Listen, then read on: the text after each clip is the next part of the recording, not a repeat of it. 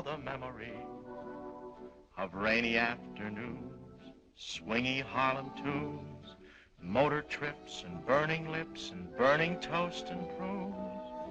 How lovely it was. Thanks for the memory of candlelight and wine, castles on the run, and moments on the Hudson River line. Just the last name of the day. How lovely it was. I don't want to speak at my experience, because I'm following Dr. Oaks, right? You can't beat that. So I'm talking about sleep disorders in the elderly, and I know I'm speaking to a fairly non-MD-ish crowd. And so the question is, you all sit out there like, how in the world is this going to help me do anything, right? So I'm not really stressing medications, I'm not really stressing treatments, I'm mostly focusing on things of techniques how to recognize these different sleep disorders, and maybe how to get some of the testing that needs to kind of ferret out what's going on with the sleep disorders. Does that make sense? Yes. And when I do talks, I kind of like an interactive field, so if you have questions, if I don't get through the end of my slides because we've got good questions, we've got a good conversation going on, I'm okay with that. So I really want to hit major things. To understand what the changes are that occur in older adults.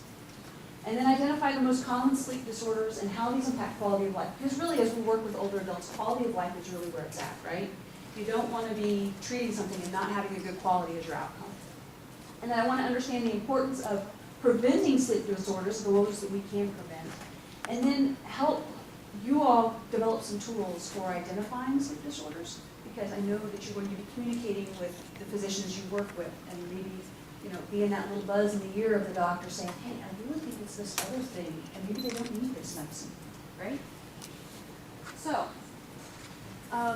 if you are here looking for that one takeaway thing that you can put in your pocket and it can make everything work out better, there was an article from the Journal of the American Geriatric Society published in 2009. It has a very nice flow chart that kind of delineates, if you see this symptom, yes, no, where you go down the flow chart to kind of identify what your sleep disorder might be. So that's the takeaway. At that point, this is sleep disorders, you want to have a nap and then wake up in a few hours, that's okay too, because now you've got your takeaway. If you're staying with me, let's talk about what a hypnogram is. Has anybody heard of a hypnogram? I really hadn't before I started practicing this. I worked with some sleep docs, they kind of talked about it, and it was this funky looking wave pattern that looked nothing like an EKG that I learned how to read. But to understand what's going on with sleep in our older adults, we kind of got to understand what's going on with normal sleep patterns, right? And so the first thing to notice right off the bat is you go from being awake all the way down into the deepest level of sleep. From that deep level of sleep, you come back up into a REM sleep state. That's where you're dreaming, having all these crazy dreams that you wake up and tell people about. And then in a normal adult, as you go through the night, there's a pattern, down and then back up, and then maybe you wake up because the dog barks, right? But you always come back down to that deep level of sleep and then back up to dream. And notice as they go through the night, the amount of time spent in this deep level of sleep gets less and less, and finally at the end of the night, they're sleeping not in the deep stage of sleep, they're in the REM stage 2, which is still good restorative sleep, but it's not that deep sleep where you wake up feeling, wow, I slept really good last night. And progressively, as the night goes on, you're dreaming more and more. And that's why some people wake up and immediately have memory of a dream, because that was the last thing they were doing before they woke up. And notice also, though, that through the course of the night, for these normal, young, healthy adults, they have very few awakenings. Maybe the dog barked here, maybe the baby woke up there, needed a diaper change or something, but there's not a lot of awakenings, right? That's good, healthy sleep. Now compare this to the less than ideal hypnogram that we might find in an older adult. Notice that first of all, there's lots of spikes where they're waking back up, right? The amount of time spent down here at the bottom in that deep, deep sleep really doesn't happen. They only get maybe to stage 3, or they pop up here and stay in stage 2. And the amount of time they get to stay in that sleep state where they're dreaming, again, is not very good either. And so part of this is that the older adult, as a result, spends less total time in sleep, because as you remember, they're constantly waking up. Gotta pee, gotta pee, gotta pee. Can't breathe, gotta pee, can't breathe, right? Doctors are awful for making patients pee in the middle of the night. They spend less time in the deepest stages of sleep. As a result, get less sleep efficiency. It's more fragmented, more nighttime arousals, and then they tend to wake up early in the morning. And so the thought really becomes, I'm ahead of myself. So as a result, most of the older adults surveyed by the folks at HES found that most complained of difficulty sleeping, like 30-some-odd%. Many had difficulty falling asleep at night. About 20% had early morning awakenings. About that same amount, 20% complained of daytime sleepiness. You know, that's why when I would go over to Grandma's house, she's asleep in her chair because she slept lousy the night before. This is the thing that really killed me when I saw this data. About half of all the older adults surveyed were using some sort of sleep aid. Now, does that mean that's something prescribed by their doc? No, not necessarily. That might be the Benadryl they found, Tylenol PM that everybody likes to buy because it says PM, I'm going to sleep better. We'll talk about that in a minute. The problem is that older adults don't need less sleep. Now, as I was starting my geriatrics training, that was the thought, you know, every older adult in my clinic would say, oh, honey, I just don't need as much sleep as I used to. Well, it turns out we always need that 7 to 8, 9 hours of sleep, but we get less sleep because older adults are less able to sleep, right? And the question is, why?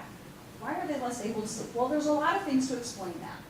Some things are, it's just a physiologic problem, all right? And we'll talk about that in a minute. But the problems with these older adults who aren't getting the quality of sleep they need, the big one that I really didn't emphasize as much is that it's an increased risk for mortality, and caregivers report that this is a major deciding factor in getting their older parent, their grandparents, or whatever, put into a nursing home. And if you talk to anybody who is in that 70 to 75 range and maybe starting to slow down, or they're 80, 85, God, where do you want to be? I want to be at home. So why are we putting our older adults into nursing homes? Well, because there's lots of problems. They're not sleeping as well, so they're keeping their caregivers up at night, right? And then there's all the other problems that come with that. There's the fear of them falling, there's the trouble with incontinence, and a lot of these things can be fixed with just a few little tweaks. If we can help them sleep better, some of these other things aren't as big a risk. So, the things that cause sleep disturbance. A lot of this is done to them by my people, by doctors, right? And I will show you a list of the medicines that can cause fragmented sleep for a variety of reasons. This is pretty much just a long list of the sleep disorders we're going to talk about, okay?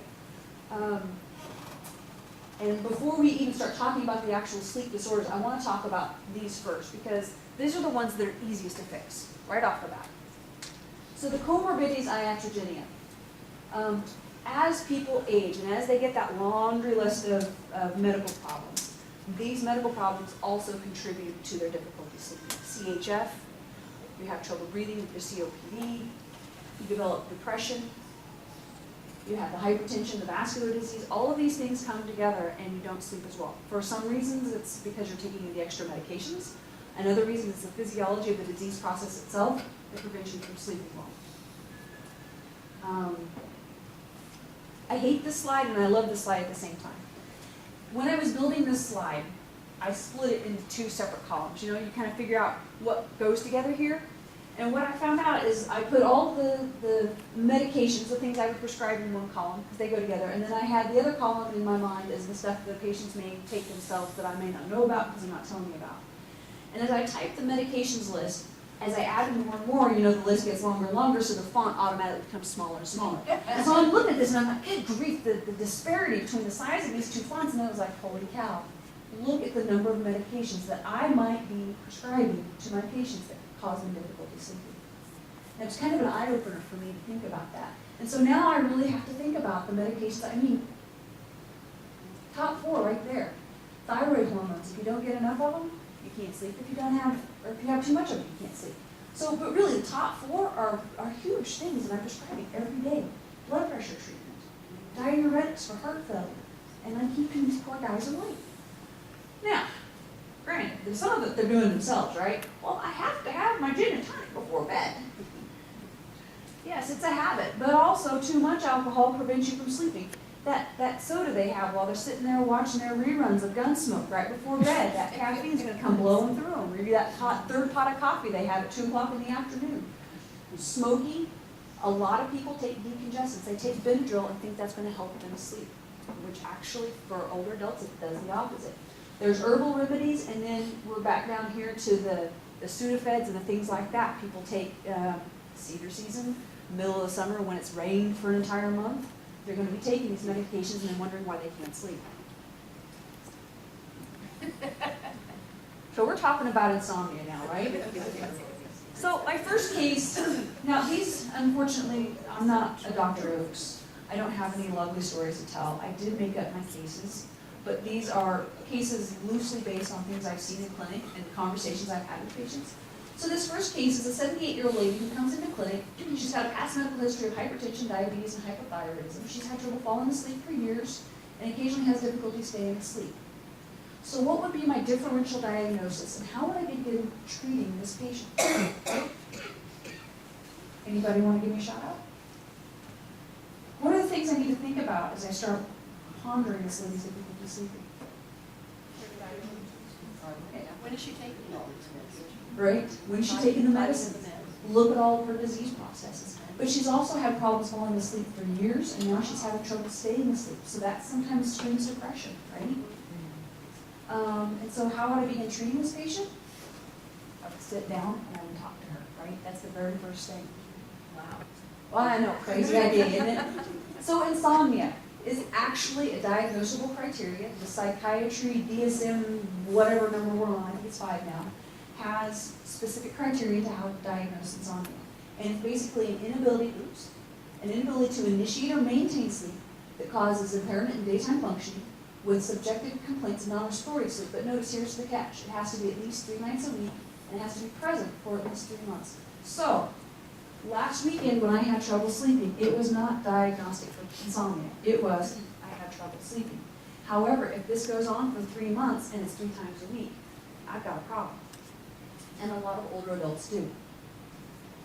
This is a complaint that increases with age. It tends to be women more than men, and it comes with other diagnoses, right? So you get your heart failure, your COPD, you get your psychiatric problems, you have more trouble with insomnia.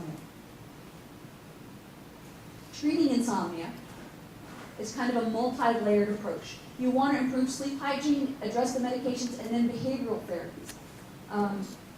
Using cognitive behavioral therapy for insomnia, sleep restriction and stimulus reduction go with this, and that's something important we're going to talk about in a minute. Briefly, we'll talk about sleep hygiene. This is not the be-all, end-all for taking care of someone's insomnia, but it goes a long way to fixing problems. So when you get rid of the late dinners, you get rid of the caffeine, tobacco, and alcohol, you get more daylight, more exercise, and you don't do it late in the evening, you get more activity out, and you take out the TV in the bedroom, sleep will automatically start getting better.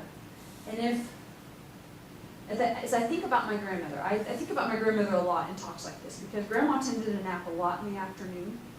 And I realized as I was preparing this talk that she would have napped more if my mom hadn't been on her doorstep 3 or 4 days out of the week saying, hey Mom, let's go do this. If my mother had not been dragging my grandmother out of the house, she would have been complaining of insomnia way worse than she already was. So as soon as you can get somebody up out of their chair and get them moving around during the day, even if it's not true exercise, just moving around and having social things to do in the day is really going to improve that insomnia. Oh, medications. How many times has somebody come into my office saying, I can't sleep at night, I have to have a medication to sleep? I mean, we are the pill-takingest society in the world, and we think a pill can fix everything. And my older patients really believe that these medicines for insomnia are where it's at for them. And it's not true.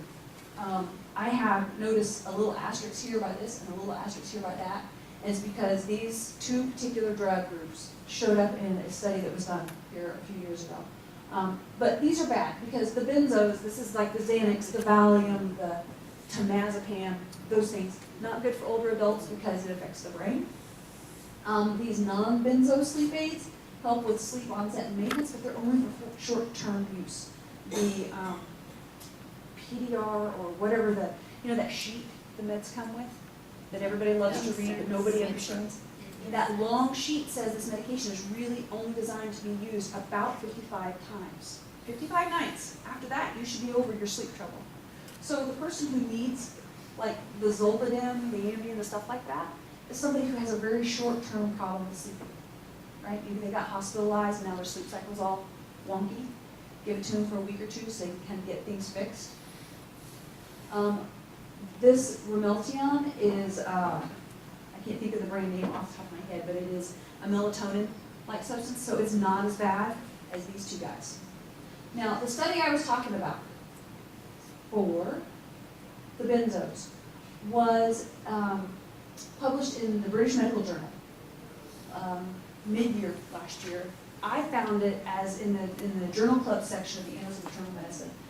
And it talked about a study that was done in England about folks on the benzos, the Ambiens. And I'm pulling up my stuff because this was such important information about it that I don't want to forget it. So they studied about 35,000 patients who'd been prescribed the benzos and Z drugs, and then they matched about 70,000 patients who had not taken those medications. And the mean age for the patients in the study was 55. So right there, this is not a good study because it's not older adults, but their results for the middle-aged patient were so profound. I can only imagine that if it were extrapolated and done in the older adults, the results would be even more profound. What they found when they did this is that 76% of those patients got a benzo, 38% got one of those Z drugs, 33% in their study got one or more of the study drugs. That means the patients were taking a benzo plus one of the Z drugs. And there's Zolpidem and the other Z one. It's not as commonly used here in the United States. And so what they found at the end of the study was there was an increase by 5 times in, this was big, remember we're talking about 55-year-olds, memory loss, confusion, and disorientation.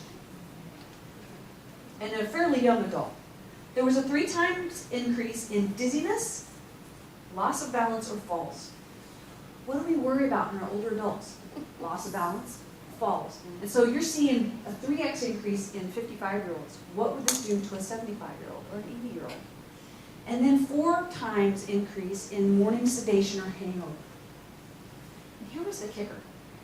There was an increased all-cause mortality, meaning people who were taking these medicines were dying from all reasons, not just because they were taking the medicine, but just like the average thing that would allow them to click along as usual. They seemed to die from that when they started taking these drugs.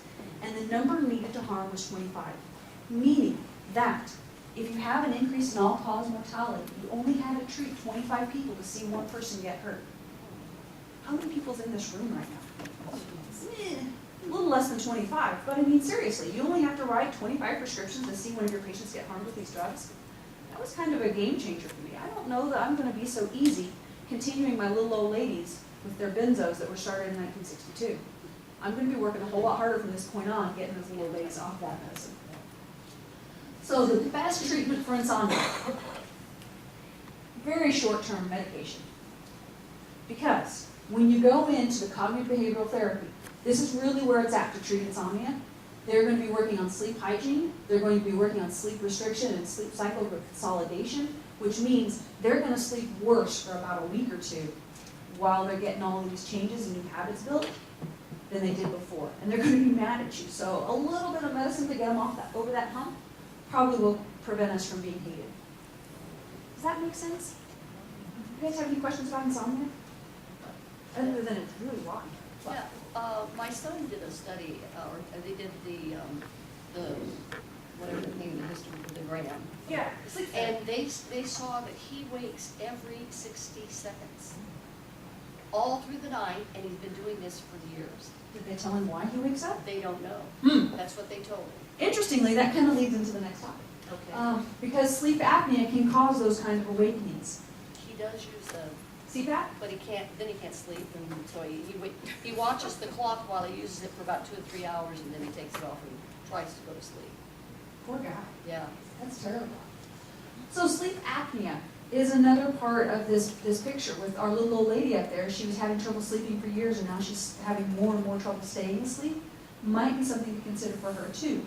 There are two basic kinds of sleep apnea. There's one that's central sleep apnea, meaning it's coming from the brain, and there's something, some alterations occur in the brain that prevents the body from sensing and using oxygen and carbon dioxide correctly, right? So you wake up and forget to breathe. The other is obstructive sleep apnea, which sadly in this country, in the population I see, is the more common of the two, right? It's the people who have the great big necks, and when they lay down or they lean back in a chair, they automatically start sounding like an English bulldog. Right. So, the risk factors for sleep apnea are obesity, cigarette smoking, alcohol, diabetes, and COPD. I'd say, and his is probably essential. I mean, he's not got all these risk factors. There are other comorbid conditions that cause these problems too, though. Heart disease, hypertension, stroke, neurocognitive impairment, dementias. Dementias can cause sleep apnea, or at least go with sleep apnea. Peeing in the middle of the night is sometimes a sign that somebody has sleep apnea. They wake up and go pee, but really they woke up because they couldn't breathe, right? And I have a lot of people who struggle against that. No, doc, I have to go urinate. I was like, well, maybe you don't. Maybe you feel like you have to urinate because you woke up, and what woke you up was that fact that you suddenly realized you weren't breathing. So the differential diagnosis is fairly broad. If we treat the hypothyroidism and the depression and evaluate the medicines, then maybe it's time to go on to a sleep study. And a sleep study is where the horrible thing, you know, everybody comes out and saying, I can't sleep those things, it's not my bed, and there's always somebody looking at me, and they got all these wires and tubes coming off of me, so that's the sleep study. And they do give you that hypnogram that we talked about. The treatment for sleep apnea is going to be a CPAP. And I'd say when I was back in medical school, there was only one kind of CPAP, and it was like that aviator, Top Gun kind of mask that fits over your nose and your mouth and is extremely uncomfortable. Things have evolved since then. CPAP machines are smaller and they're quieter, which makes the co-sleeper not hear them rattle and wheeze and bang through the night. And then the masks to treat CPAP have changed as well. You still have the big aviator Tom Cruise thing, but you also have a little nose cone and you have nasal pads, and they all come in different shapes and sizes. And so the guy who says, well, nothing fits me because I have a beard, is a cop-out, because there are other ways you can get something to fit, right? Weight loss, not using your alcohol, and here's the biggie, just stop smoking. That will help and go a long way. So when I got into practice and I started having people come in with their CPAP machine complaining about how things just didn't work anymore, and, doc, I need to get a new sleep study. The argument was, though, that Medicare only pays for one sleep study in a lifetime. And so that kind of was a jolt to me. And so I started talking to my pulmonary friends. It's like, but these guys, we've checked their tubing, we've checked their mask, we've overhauled everything, make sure it's all brand new and working well. And they say their CPAP machine used to work great 3 years ago, but isn't working so great today. What else can we do? And so can I get another sleep study? And the answer is, under some conditions, yes, you can get another sleep study, and that's actually indicated. Especially if there's been a huge weight loss. Like suddenly somebody was 250 pounds and having a lot of that obstructive sleep apnea, and by sleeping better and now adheres to a diet and exercise regimen, maybe they've lost a lot of that weight. And then just if things no longer work. Like you've replaced the tubing, you replaced the mask, you've had the tech come out and they service the machine and everything's working beautifully and they're still not getting that good rest, then it may be time to get another sleep study. So that's two groups. Any questions about sleep apnea? Okay. So this is kind of the segue into our next group of sleep disorders. This is a 67-year-old gentleman who has the usual middle-aged diseases, hypertension, diabetes, hyperlipidemia. He has itching and burning in his feet at night. It's improved with getting up and walking around, but it's worse when he attempts to sleep. His wife complains that she's kicked by his dancing dreams. So what would be the differential diagnosis and acceptable treatment? This is a really hard group to treat because these things don't have an easy treatment. You can't just take somebody who has this constellation of complaints and say, let's go give you a sleep study and give you a mask and everything's going to be good. So what would be the differential? Do you all know? What would be the treatment? What? Is that a RIM sleep disorder? Not yet. Not yet. It's coming though. Okay. Restless legs, and there's a whole spectrum of those. So we're going to talk a little bit about restless leg syndrome. This is pretty simple. There's not a real good test for it. You can't draw a lab. You can't watch somebody sleep at night. It's pretty subjective. But the patient will complain of unpleasant sensations that prevent them from sleeping. It may be tingling, creeping, burning. Usually happens only in the lower extremities, but I have had people complain of upper extremity kind of restless leg feelings, or even some torso. Those are pretty extreme. Usually it's mostly the legs that I've seen. Women tend to have this more than men. It does have a circadian pattern, meaning it gets worse at night. I would ask my patients, when is this worse? And they would be like, Doc, I'm fine all day. About 7 o'clock, as I'm sitting down to watch TV, I find I'm jiggling my leg on my chair. I just can't hold them still. And so that's really after dinner time, things start to ramp up for this. Lifestyle factors also play a role. Weight, caffeine, tobacco use. And here's the really interesting one. Low socioeconomic status. I have not found an explanation for that, but if I sat and thought about it long enough, I would think about things like how well has diabetes been controlled? How well has kidney function been controlled? Are these patients taking their medications right? Because health literacy really drops off in the lower socioeconomic status, and things get missed and they don't get the health care they need, which may then predispose them to things like restless legs. Does that make sense? But that's just my supposition. So risk factors. Iron deficiency, which kind of surprised me. So a person under 50 can predispose someone to have restless legs. So I actually had a patient in my clinic that I treated her iron deficiency, and her restless legs did get better. It didn't go away, but it got better for her. B12 and folate deficiency, I've started looking for that. Diabetes with neuropathy is always a huge one, and unfortunately I don't have a pill to fix that. Well, turning back time we would, but once it's presented itself. Parkinson's disease, and then renal failure is a biggie, because once a person has kidney failure bad enough to require dialysis, their risk for restless legs goes up, and the worse their kidney function gets, the worse that restless leg gets, which is so unfair. So diagnosis and treatment. The best way to diagnose this is just to use historical information. The first line treatment are going to be the dopaminergic agents, ropinirole and pramipexole. Some patients don't tolerate these very well at all because they can come with things like nervousness, agitation, nausea, disinhibition, thank you. You heard about the people who was, grandpa was fine, he started taking his medicine for his Parkinson's disease and became a wild gambler, right? Or became that crazy man grabbing people in the grocery store. These drugs are sometimes used to treat Parkinson's disease and can be associated with those sorts of things, right? So if patients caregivers start complaining, hey, my mom is now sneaking off to go down to the casinos, which isn't a problem in San Antonio, but when I was in Mississippi, casino was on every corner. Think about these drugs, especially if you just started one. And then, sadly, does that ever result in disrobing, or maybe or is it just if they're confused that would happen? If you get disinhibition, you could probably get all kinds of crazy things like that. Hypersexuality is a problem of itself, but I suspect that if there's any underlying predisposition for that with those medicines, it may be worse. But yeah, it's a possibility. Now, it's not something I've seen typically. I've typically seen the less socially inappropriate side effects, such as the nausea, the dizziness, but these can also cause falls. If we're talking about our older adult and we're preventing falls, and now we're giving them a medication for their restless legs and they start to fall, it's just a bad day. Opioids can help. If you think about it, those opioids do act as a sedative. It kind of helps a person relax, and so maybe it just gets them over that edge so they no longer feel and think about their legs moving and they can sleep. It's not really treating pain. And then the anti-epileptics, such as Tegretol or Depakote, sometimes are used for that. Periodic limb movement sleep disorder. That's a mouthful, which I'm going to abbreviate. This is like restless legs on steroids. This is people kicking in the middle of the night. Bed partners will complain, we were laying to sleep and all of a sudden he kicked me.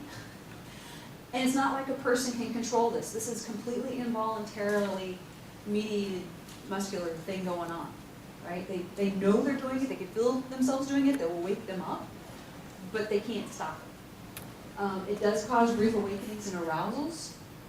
This may be part of a spectrum of restless leg, and it's commonly seen in patients on antidepressants. Which again, as I was preparing this talk several months ago, I hadn't really realized that, and so now this is a whole new thing, a whole new way of looking at my patients. So the only way to diagnose this, or confirm it really, is polysomnography. You would suspect it by history, right? Again, sitting down and talking to somebody. Sadly, there is no good treatment for this particular disorder. And I don't even know what advice you would give to the patient or give to their sleep partner, right? Maybe sleep in separate beds, which for some couples is not a valid option. You know, we've been sleeping together for the last 45 years, it's not changing now. But I guess if you get kicked in the gut enough times, you might reevaluate. Circadian rhythm sleep disorder. This is a tricky one because this one is mediated by the brain, okay? It is a cluster of disorders where normal sleep occurs at abnormal times. And there's two different ones that I want to talk about very briefly.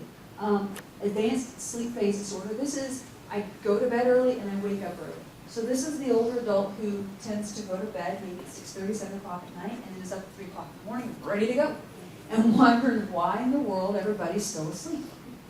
And I suspect my grandmother had some of that because she would be in bed generally by 8 and was up by 4:35 in the morning. Well, honey, I just can't sleep any longer than that. And this is coming from the pineal gland. It's an altered sleep phase cycle where they've just now taken everything that was kind of this way and it's all shifted, right? It's shifted to the left and you're just sleepy and ready for bed earlier. The other one is an irregular sleep-wake disorder, meaning that when they're asleep, they're sleeping very well, they're sleeping deeply, it's a normal sleep pattern, they're just sleeping at unusual times. So this person may be getting fragmented sleep, sleeping very good for 2 or 3 hours, waking up, having a little bit of light, and then going back to sleep for another 2 or 3 hours. So they get their 7 to 8 hours of sleep, but it's in fragments. And it looks like the young hypnogram. It's not that crazy one we saw, it's just in shorter chunks. So the problems with this is things we really can't fix. It's changes in the circadian clock, changes in hormone secretion, and sometimes changes in temperature regulation. How many of you guys have gotten really warm right before bed and then you just have to lay there and wait till you cool off? As I think probably that's coming at me down the pike as I come into menopause. I'm going to be one of those just laying awake. Is this one gonna pass so I can go to sleep? And that's kind of what it is for our older adults. Their temperature regulation really changes. Our older adults live in warmer houses because they're cold all the time. And that dip in temperature that allows us to fall asleep doesn't happen for them quite as well. So the diagnosis really is just history. A sleep diary and actigraphy, basically getting them to wear a little bitty watch that kind of charts their movements and helps predict what their sleep patterns are really the only ways to diagnose this. And the treatments, sleep compression with cognitive behavioral therapy. I didn't mention this earlier, but cognitive behavioral therapy is really nice. It has proven and statistically shown results, and it lasts, right? It can last for 2 years. And the beautiful thing about cognitive behavioral therapy is that once somebody's out of that window of 2 years and funky things start to happen with their sleep, they now have tools and they can repeat this kind of reintegration of their sleep on their own, or they can go back and get more therapy. So it works way better than medicines. One of the things recommended for this also is adding melatonin, because if your pineal gland is not making enough melatonin, you can supplement that. And then here's the biggie: increased daytime social activity. And with that goes getting light. Because what do we do for most of our lives these days? Stay in an artificial. Oh man, we're all inside in the air conditioning because, honey, it's too hot outside. And then on the opposite spectrum, honey, it's too cold outside. You gotta pick one. REM behavior sleep disorder, we've arrived. This is the last biggie. This one I've noticed here is frequently in the VA diagnosed as PTSD. You will have guys who have slept really well all through their life, and then in their late to mid-50s or early 60s, they're suddenly jumping up and screaming and fighting whatever in the middle of the night, and somebody says, oh, you have PTSD. Which, possibly could be PTSD, but I would argue that PTSD affects sleep even before the mid to late 50s, right? So these guys, you'll see it in the 50s and into the early 60s, the 6th and 7th decades of life, and you'll get complex motor behaviors that involve violent nightmares. They will be shaking people or choking them out in their sleep. Wives will be complaining of being hit in their sleep. Oh, yeah. Hair pulled. People will be pulling hair, jumping out of bed to run around the house and look for weapons to, I mean, these are really crazy, disturbing dreams. And people will not talk about this when you see them unless you ask about it specifically. How are you sleeping? What's going on for you at night? The thought process for this particular sleep disorder is that it is a, did I do something wrong? No, you're good. Oh, it is a dysfunction in the motor neurons. So when we sleep, there is a switch that gets flipped up here that basically paralyzes us, right? So that we don't jump up out of bed and we can't do stuff when we're in deep sleep. That when we have these crazy dreams, such as, jumping from high-rise to high-rise as we're fighting bad guys or whatever we're doing in our sleep, we're not acting it out in our sleep because our bodies are paralyzed. There is a process, though, that we think these motor neurons don't allow somebody to be atonic, they don't get paralyzed, and therefore can act out their dreams. And the very interesting thing with this is sometimes we see REM behavior sleep disorder way before, and then several years later we see somebody diagnosed with Parkinson's disease or Lewy body dementia or some of these other dementias. And so the thought is, this may be one of our first signs for oncoming dementia. How do we treat this? First of all, you have to even have the antenna up for it, right? And the differential would include sleep apnea, because if you can't breathe, you're going to be popping out of bed and doing crazy stuff too, right? Because not being able to breathe causes you to panic. So if you treat your sleep apnea and you rule out periodic limb movement disorder, right? They're not kicking people because they got the dancing legs. They're not having seizures and they don't have some other crazy parasomnia, which is like narcolepsy and things like that, then you kind of move on down the list. Medications can make these symptoms worse, and you would evaluate it with more sleep studies and a neurologic evaluation, and here's the crazy one. The way you treat this one, benzo. Oh, I'm telling you not to use benzo, then I'm telling you to use benzo, but really this one helps because somehow or another this allows the person to get into deep sleep and be okay. And then environmental modifications, meaning I don't care if you've slept with him for the last 45, 50 years, it's time to get into your own bedroom and lock the door. Because until this has been resolved, really you are at risk for being hurt in the middle of the night. And it's sad because these people who have REM behavior sleep disorder really don't intend to hurt anyone, right? If they don't go to sleep thinking, oh, I'm going to choke her out tonight, it's part of their dream and it's really uncontrolled. So here's the last section as we slide into the end, and hopefully you guys have some good questions for me. Acute sleep disorder after a hospitalization. How many people have seen a patient go into the hospital or sleeping fine at home, come out of the hospital, and suddenly they can't sleep at all? How many of it has happened to us, right? Young people. You go into the hospital and things are so chaotic in the hospital at night, it completely screws up a young person's sleep. Somebody who is more of a fragile adult, who already has maybe some circadian rhythm problems going on, or a dementia going on, can develop delirium, can develop sleep problems on top of that.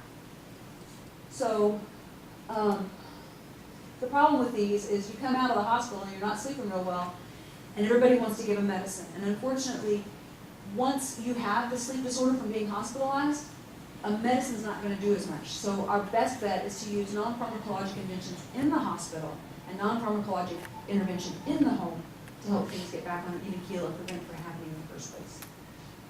Here's an interesting bit of data I ran across while I was preparing for this. This is sleep disorders in long-term care. I think sleep disorders in the nursing home are not diagnosed often enough because we're not documenting it and we're not looking for it. So a normal, healthy adult will get about 60 minutes of bright light. And bright light is measured in a term called lux, L-U-X. And it's on the spectrum of thousands. So bright light over 2,000 lux is considered good quality bright light, and that's how much your average healthy adult's getting every day.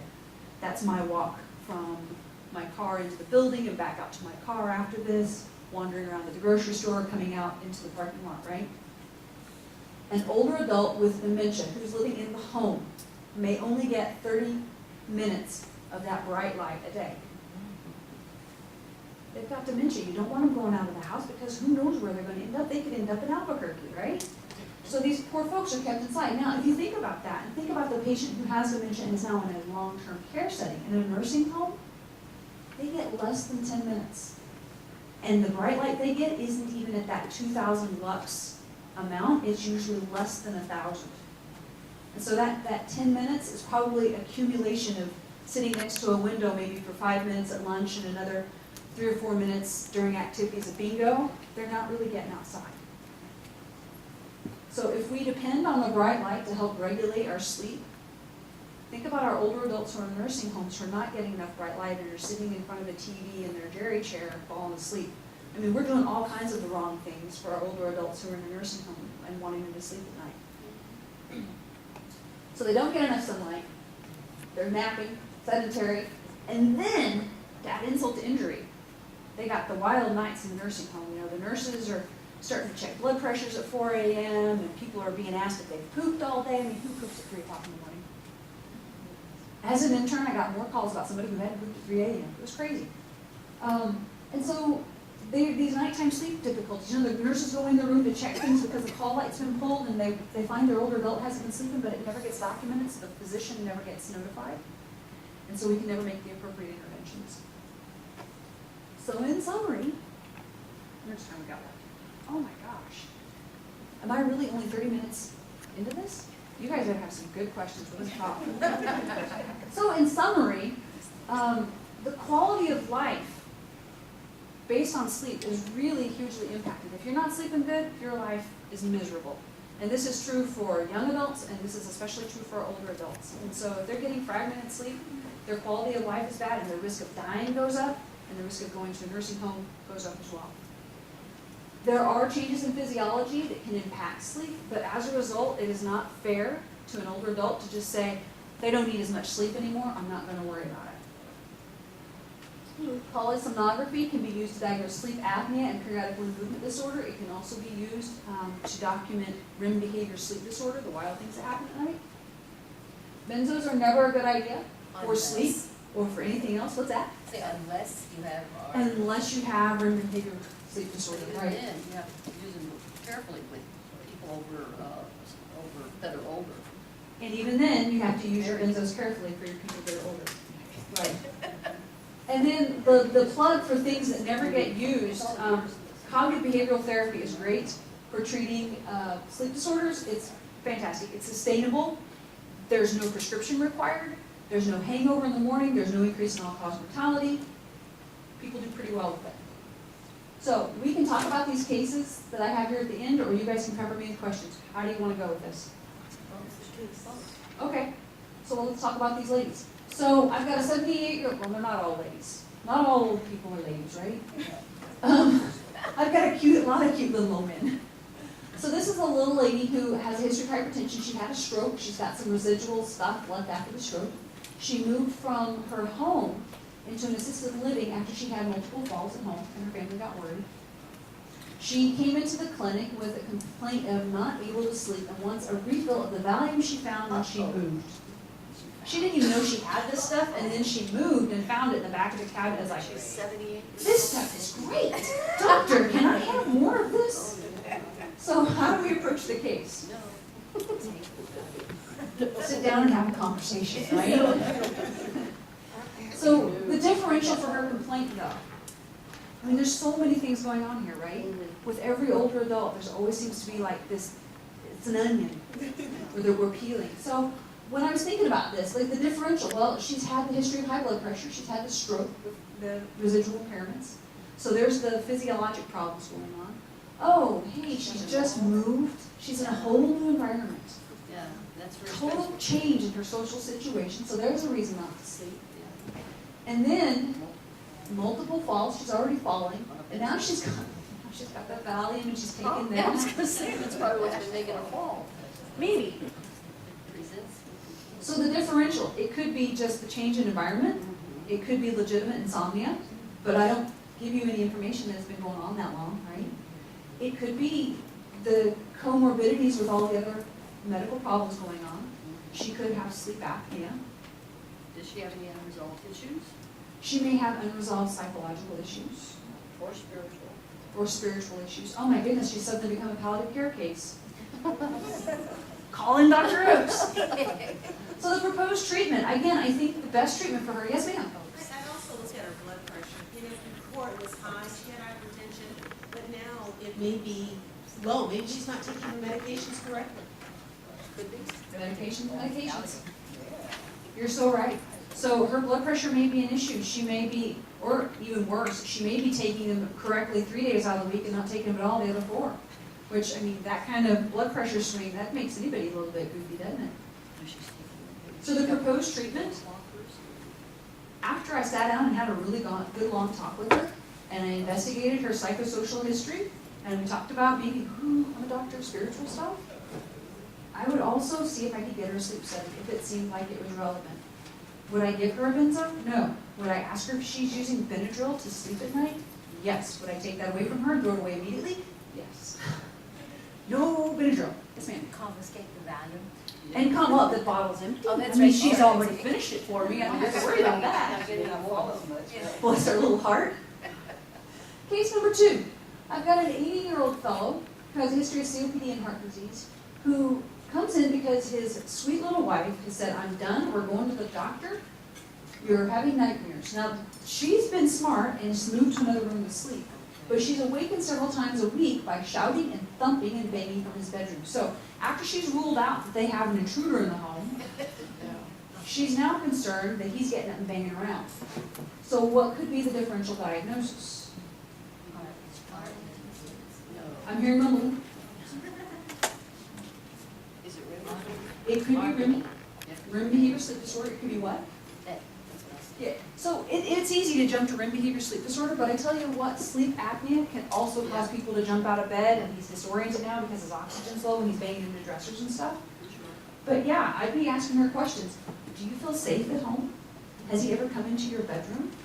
Because I tell you, if somebody's oxygen's low, they're not going to make it from one bedroom to the next. But if they're having wild dreams because they have REM behavior sleep disorder, they may make it to that second bedroom after they've been to the kitchen, right, to get a pair of scissors or a meat cleaver or whatever, very scary things. I mean, I'm hearing music in the back of my head as I play the story out, right? So what evaluations would I do? Oh, shoot. What evaluations would I do to make sure we get the right diagnosis? Sleep study. Let's start with a good history, then a sleep study, and then based on what I find from that sleep study, perhaps a CPAP. And I'm telling you, for some of these guys who are really set in their ways, it takes an enormous amount of convincing to get them to start a CPAP. And I am not above giving them a sleep aid for like the first 2 weeks so they can get used to that CPAP. And the way I explain it to them is that from the standpoint of fight or flight, right? Something bad comes at you and you've got something over your face. You know, I'm in the military, right? And so part of my training was to put on all that chemical weapon gear.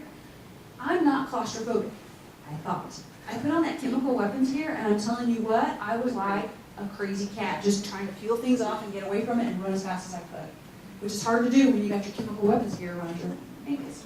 And that's kind of the response a lot of people will have to a CPAP. If they got this thing over their face, and now they've got a thing over their face, and they're kind of stuck in bed because they've got wires and tubes.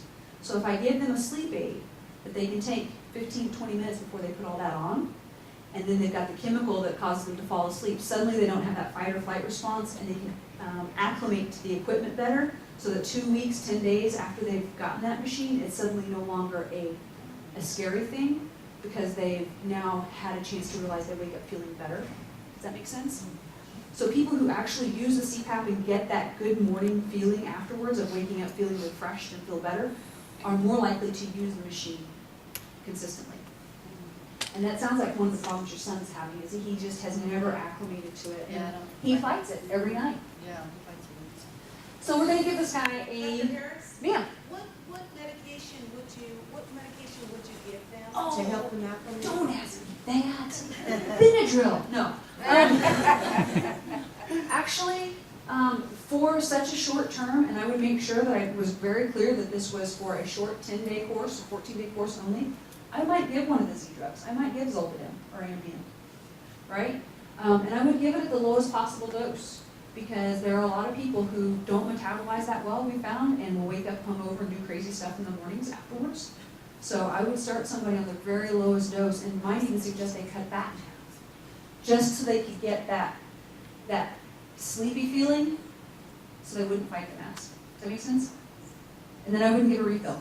And then I would talk to all my colleagues and say, don't you dare give them a refill. You can make them use that mask. Okay, we beat this one to death. Is it time? Mm-hmm. Oh, good. 10 minutes, which means we can buzz through this last one, then we can answer some questions. The last one is a sweet little lady with diabetes, CKD stage 3, translated as chronic kidney disease stage 3, which means her kidneys are only working about half their capacity. Not bad enough that she needs dialysis, but they're still pretty crummy, and I would, in clinic, look at her kidney function before I gave her certain medicines. She's having difficulty sleeping because she has dancing feet all night. Now, this is probably the little lady who likes to dance, so initially it didn't bother her so much, but now it's keeping her awake. The sensation in her feet and legs are better when she's up moving around, so she exercises frequently in her house at night by walking laps. And this is a sweet little lady who is very thorough with everything she does, meaning she probably is walking laps till she's out of breath, huffing and puffing, a little bit sweaty, and then she goes to bed. So what's our differential diagnosis? Restless leg. Differential is restless leg, but I would say on top of that, she's making matters a little bit worse by all of her Yeah, that's. vigorous. That's probably. God bless her for walking, right? Put it at the beginning of the day so she can get good sleep at night. So yeah, she's got all of the factors that make her at risk for restless legs. And so what would we undertake for diagnosis? I think in this particular case, talking to her, ruling out the fact that she may have some anemia, making sure her iron's up to where it should be, making sure she's not got B12 or folate deficiency, and then saying, okay, well, we know your kidneys don't work so well and you got the diabetes, let's try a Does she treatment. have neuropathy? We don't know that. We don't know that. Yeah. So I would jab her with that little Check bitty into plastic that thing. too, yeah. So what's the potential treatment? Benadryl. No. I'm so glad you guys have gotten that far. No, we could give her a little dropenerol. We could give her a little pamipraxole. Hope that she tolerates it. If she's anemic, I would treat her iron and get that back up, and then it might make it a little better. The crazy thing, I have some friends who do acupuncture in other states, and they tell me that they treat the restless legs and the neuropathy with acupuncture and actually get some pretty decent results. So if she's amenable to that, I might say, hey, let's stick some needles in your leg and see if we can treat you with a little bit of acupuncture. I mean, what's the worst that could happen with that, you know? Nothing. Yeah, do you have an acupuncturist? Do y'all have one? Here at the VA, no, not yet. It is part of a federal mandate that all VAs do have access to that, but so far Audie Murphy hasn't gotten there. Okay. I hope we do. Yeah. I hope we do, and they hire me. But that's another thing. So that's the end of that. What questions do you all have? Yes, ma'am. I just want to go back to the exposure to bright light. Oh, What did yeah. you say is that it really is for healthy, the amount to have for healthy, to be a healthy adult? So 60 minutes a day is what most healthy adults get. It's more than 2,000 lux. Oh, more than 2,000. Okay. I have really no concept for 2,000 lux of anything. What? Well, it's a fly on that one. So lux, I have no idea what it is. I can tell you we're not getting it here though. So after this, we're all going out to the parking lot. We're just going to stand around for a while. So an individual that works in an office all day and they're in, a dark room without any windows, of course, they don't change your areas. And then live in Michigan? Yeah. Michigan in December or Michigan in January, they're not getting that 2,000 lux. It's kind of bad. And I think lux is the intensity of the light. We're talking that intensity of light for 60 minutes or more is really what's going to be doing the best effect for that pineal gland and making you secrete melatonin correctly. I have a question. Yes, ma'am. What did RBD stand for? REM, behavior, sleep disorder. So I dropped the S, and I didn't put in the E and the M of REM. REM, behavior, sleep disorder. How much melatonin would you use? If you're getting somebody. If you look over the counter at the melatonin, it comes in a variety of amounts. You get it at 1 milligram, you get 3 milligrams, 5, 6, and 10. Yeah. The theory I've always used and have been taught and had beat into my head for my older adults is start low and go slow. But I think for melatonin, if I were to start at 1 milligram, I would get no buy-in. So I would probably recommend my older adults use somewhere between 3 to 6 milligrams a night. What about a 4-year-old? A 40-year-old, 5. I don't think he's taking, I don't think he took it out. Yeah, and the trick with melatonin isn't you take it at 10 o'clock and then crawl into bed at 10:05. You take your melatonin at about 9 o'clock and then go to bed and expect to be asleep by 10:15, right? So it's not a wonder drug. It doesn't do its job immediately. This is kind of one of those natural things that everybody's fond of, and so it acts like a natural thing that everybody's fond of, right? And sometimes it takes a while to play with it and figure out how to take it so that you get the best sleep. But again, it's not one of those things that I overdosed with melatonin and now I can't wake up in the morning, which is one of the benefits of melatonin as opposed to one of the risks with the Ambien and the benzos and stuff that everybody likes to give. What else? Have you ever had a case where an older adult has been given I think it was an antidepressant that my husband was given, that actually induced REM sleep? And when we got him off of it, because we couldn't figure out what caused it, it came on very suddenly, and as soon as we stopped that medication, it went off. So an antidepressant that induces REM sleep. I know there are some antidepressants that are that cause people to sleep more, and then some that are more stimulating. So you have to figure out, do you want to give this one around bedtime, or do you want to give it earlier in the day, like when they get up, because they're going to be more stimulated. And so yeah, this may have been one that causes. Well, it wasn't for an antidepressant, it was something with his diabetes, the symptom that he was having. Okay, so this wasn't a medication given for depression. This was a medication that was an antidepressant given to treat symptoms of another illness. And then suddenly he was having wild and crazy dreams. Right. Yeah, it's not uncommon with some of the SSRIs and some of the SNRIs to cause that. How did you all come up with that study as far as the REM behavior where you found that some of this might be associated with dementia later on? How did that come about? So the question was, where is the study that linked REM behavior sleep disorder to dementia? And I think this has not really been one of those published studies in the major journals. This has been a practice observation for psychiatrists and other people treating older adults and their sleep disorders, that if you follow someone longitudinally, you will notice that you end up diagnosing them with dementia later on, 5-10 years down the road, after you've been treating this wild and crazy sleep disorder. And so now it's just part of the dogma. I can't point you to an article, I'm sorry. And then as far as the exercise in the evenings, and you see a lot of people out there exercising in the evenings, myself as well, Right. but that seems to put me to sleep. So exercise in the evening is one of those tricky things. If there's not a, don't exercise in the evenings. If the only time you can exercise is in the evenings, that's great. But make sure that when you exercise and your core body temperature is at its highest, you have plenty of time to cool down before you fall into bed. So if you intend to be in bed asleep by 10 o'clock, don't start doing your power walking at 9 and expect you're ready to go to bed by 9:50. You know, if you exercise at 6 and you've cooled off well by 10, that's fine. When you mentioned REM disorder, Yes. when you mentioned the REM disorder, you had said something about PTSD. Yes. So oftentimes PTSD causes violent dreams, right? Because when people go to sleep, they start reliving some of these things in their sleep. And if the dreams are violent enough, people will wake up and be disoriented and may try to act out those dreams. And if you don't have the suspicion for REM behavior sleep disorder based on somebody's history, and they are, say, in the VA, and they have a combat history, and they're telling you these things, your first thought may be, this is PTSD, right? If I have a 60-year-old gentleman who maybe the worst thing that happened to him in his life was he missed a touchdown and he rear-ended somebody 6 years ago, right? He probably doesn't have PTSD, and if he's having these symptoms of violent dreams and acting things out, I would definitely lean more towards REM behavior sleep disorder.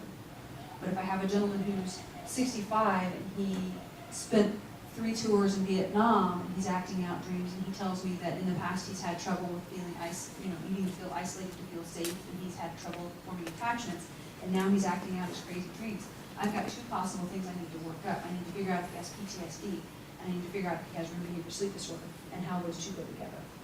Now, is it also true then that if they have a higher risk of dementia, you're saying, with the REM disorder, is it also true then of PTSD? No, because those are two different psychiatric problems. PTSD and we're kind of going off into left field here, I apologize. PTSD is a hyper response to environmental traumas, right? So when I had a fender bender a year ago, my response after that was become a little more vigilant when I'm driving, right? But if I have a fender bender and I take that little bit of extra vigilance while I'm driving, and now suddenly I'm startling anytime I hear somebody knock on the door, that's the PTSD at work. And so that doesn't necessarily make me more likely to have dementia. That just means that I've had trouble resolving the emotional event of that accident. And of course, that's a very minor example compared to somebody who's been shot at every day for 2 years and constantly and seeing his friends get blown up beside him, you know.